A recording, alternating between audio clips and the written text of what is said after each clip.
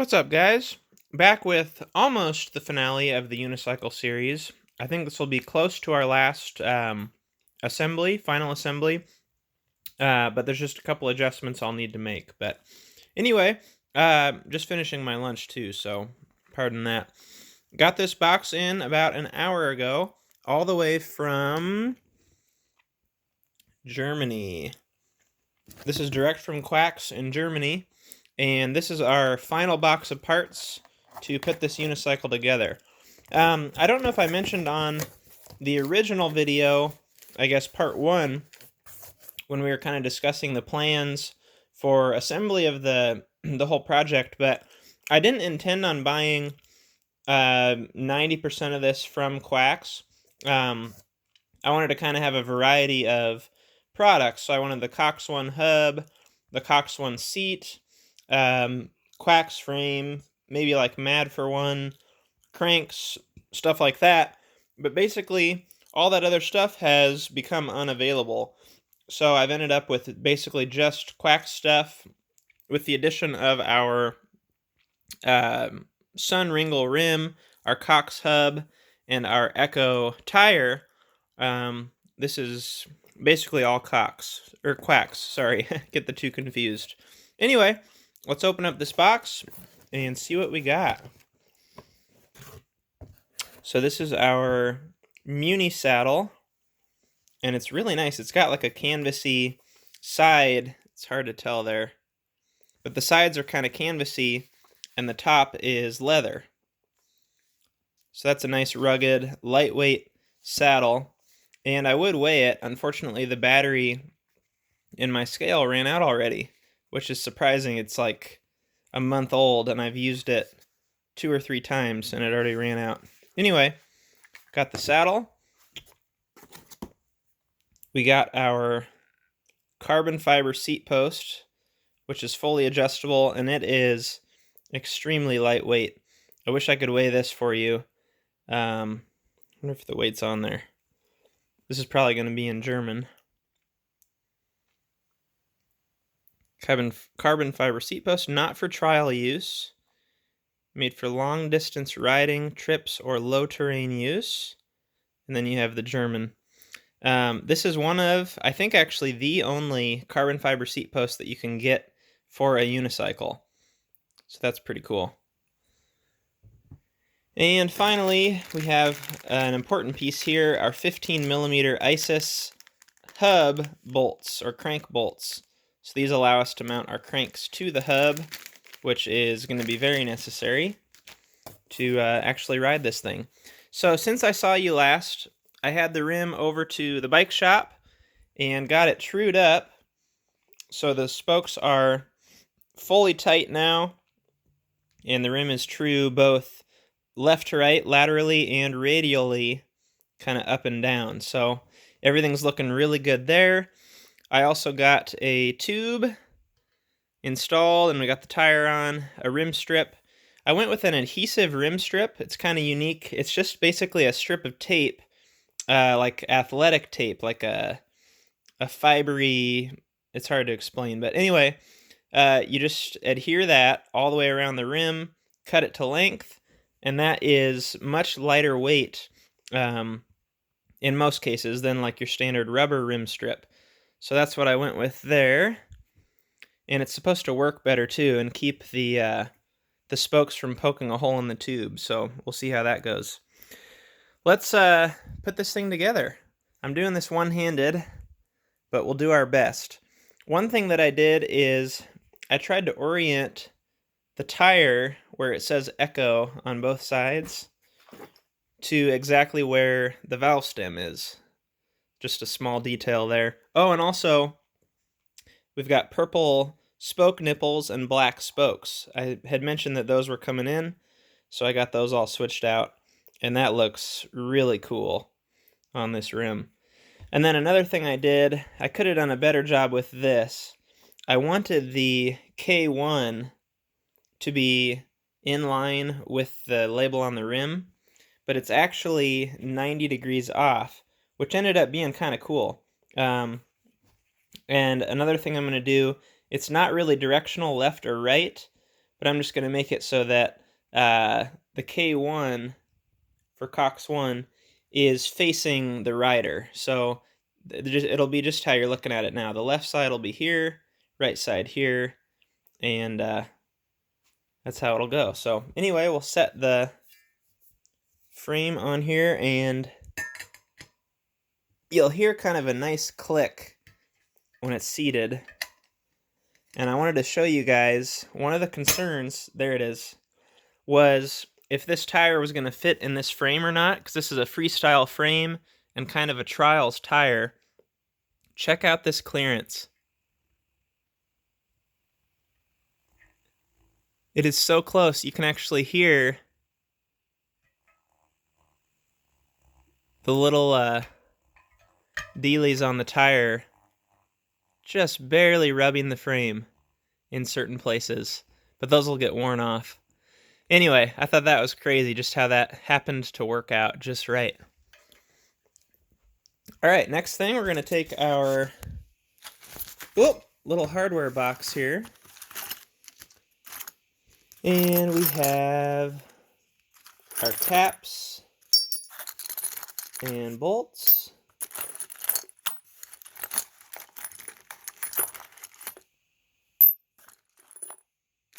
I'm going to run and shut off my lunch. Excuse the intermission for just a second. I got my spaghetti going and I don't want to overcook it, but I also don't want to edit the video big time, stop it and start it again. So you get a little bonus clip here of me making lunch. Alright, we'll just turn that down. Okay, back to the action. Okay, so we're going to put our, again, I'm trying to do this one-handed. It's kind of a challenge. We're going to put our caps on the bearings, like so. And these actually had not arrived. They didn't end up coming with the frame, so I had to call in again to get these, but the nice folks at Goodricks sent these right away, basically. Alright, we have nylon locking nuts for the cap bolts, and then we have a lock washer that goes underneath the nut. So see if I can do this. It's going to be a challenge one-handed. You know what? I think I'm going to set you guys up best I can. There you go. Alright, so sometimes I do the bolt up from the bottom. I think in this case I'm going to do it down from the top. Slide the bolt in, washer on, and get the nut started.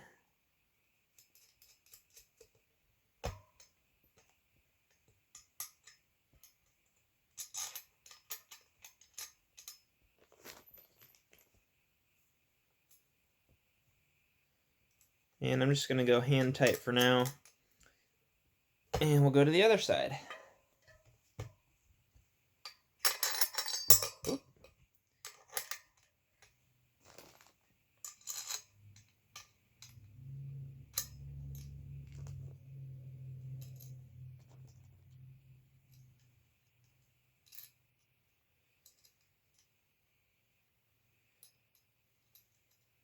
One thing that's pretty sweet on this unicycle is the way all the colors have come together.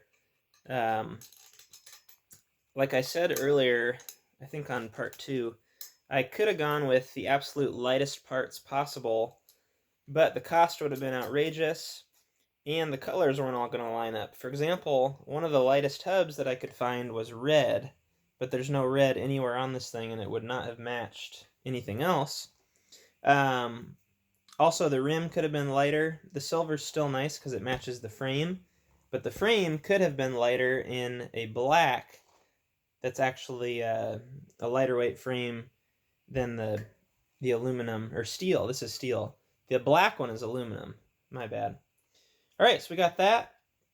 Next, we want to put our cranks on with the pedals installed, and these actually have a mark for, you can see maybe that little mark for right or left.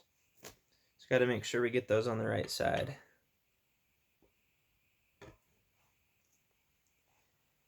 And I'd like to orient these so that you're looking at the label down with your feet level, with your right foot forward and your feet level.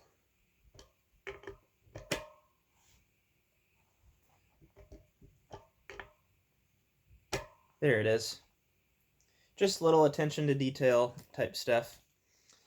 Oh, and I forgot, we have spacers that have to go on underneath the crank.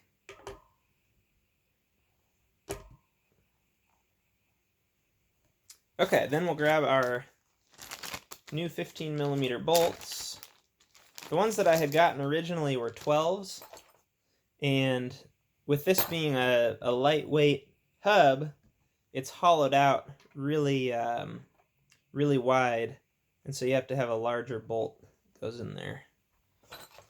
And I'm not going to have that size of Allen wrench, but this is just our rough assembly for now. So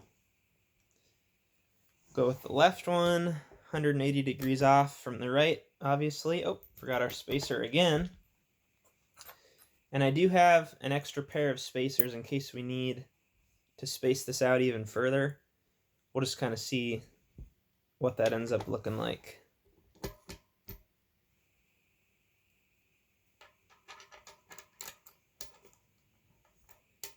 It's going to be really nice with these bolts. I don't know if you can see that. I'll show you close up. The little washer that comes on the bolt closes off the hole in the crank and just makes it a nice seamless surface. That way there's nothing sticking out or sharp or anything, because that's right where your ankle's going by as you're pedaling. That's a nice feature that on one of my earlier unicycles it did not have that. So alright, try to get those started.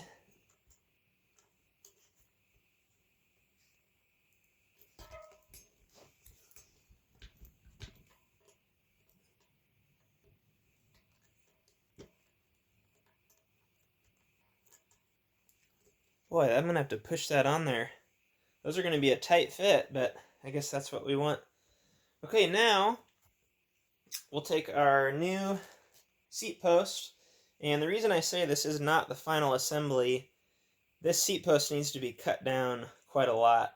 So I'm going to have to measure that when Emily's here, probably this evening, and cut it down to her size, because right now this is for a really tall rider. But anyway, slide that in. I'm going to actually loosen up our clamp just to, oh, I don't have that size either.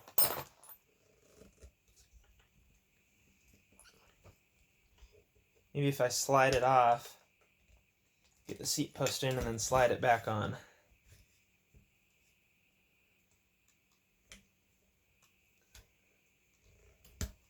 Yep.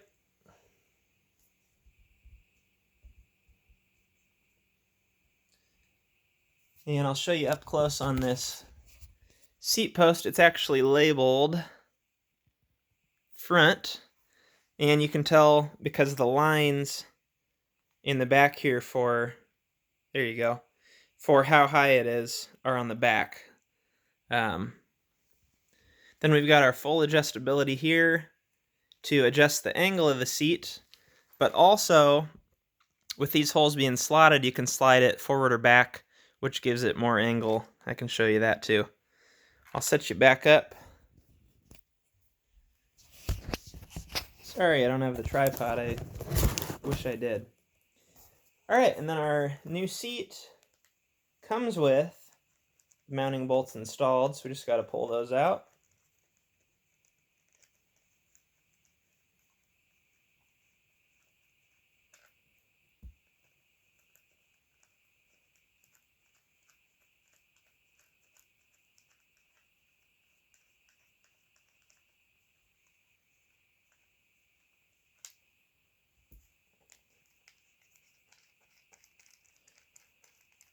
One nice thing, at least in my experience, a lot of these bolts are the same size. So like for example, the crank bolts are the same size, I think the same size as the seat post clamp. The seat post adjustment bolts are the same size as, I think they might be the same size as the saddle. But anyway, with like 2 or 3 Allen wrenches, you can work on the whole thing. And they do make an option for an Allen-headed bolt for the main cap bearings, or bearing caps, because that'd be the only thing where you need a wrench versus an Allen wrench. All right, this is the first time I'm seeing this all together. This is looking really cool.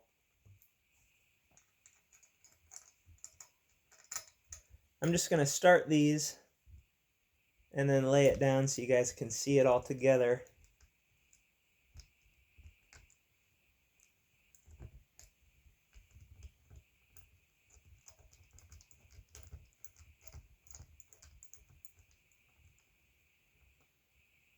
That carbon fiber just looks really slick.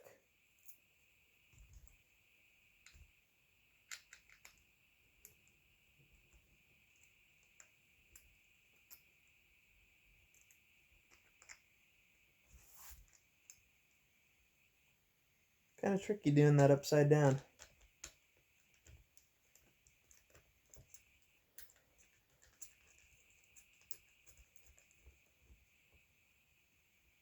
Nice. All right. Lay it down and give you a look at it. So, obviously the seat's crooked. I can straighten that out for you. What I like to do, and this will just be her preference, we'll get it all set up the way she likes it, but you'll see like on like an online listing for a new unicycle or a picture or video or whatever, the seat is basically like this, where it's just level and flat. It doesn't raise higher in the front or the rear, and the seat post is just about centered. The way that I like to do it, and a lot of kind of trials riders do it, is actually, see if I can do this. Let me set you down for a sec. Actually push the seat forward, and I can do more adjustment with this with the seat post later. You can see there I pushed it forward, so now it leans up a little bit higher in the front, and we're going to do even more of that to tip this back. That way you're sitting on the wide part of the seat where it's much more comfortable instead of right here in the middle. So anyway, I'm going to lay this down and show you how it looks.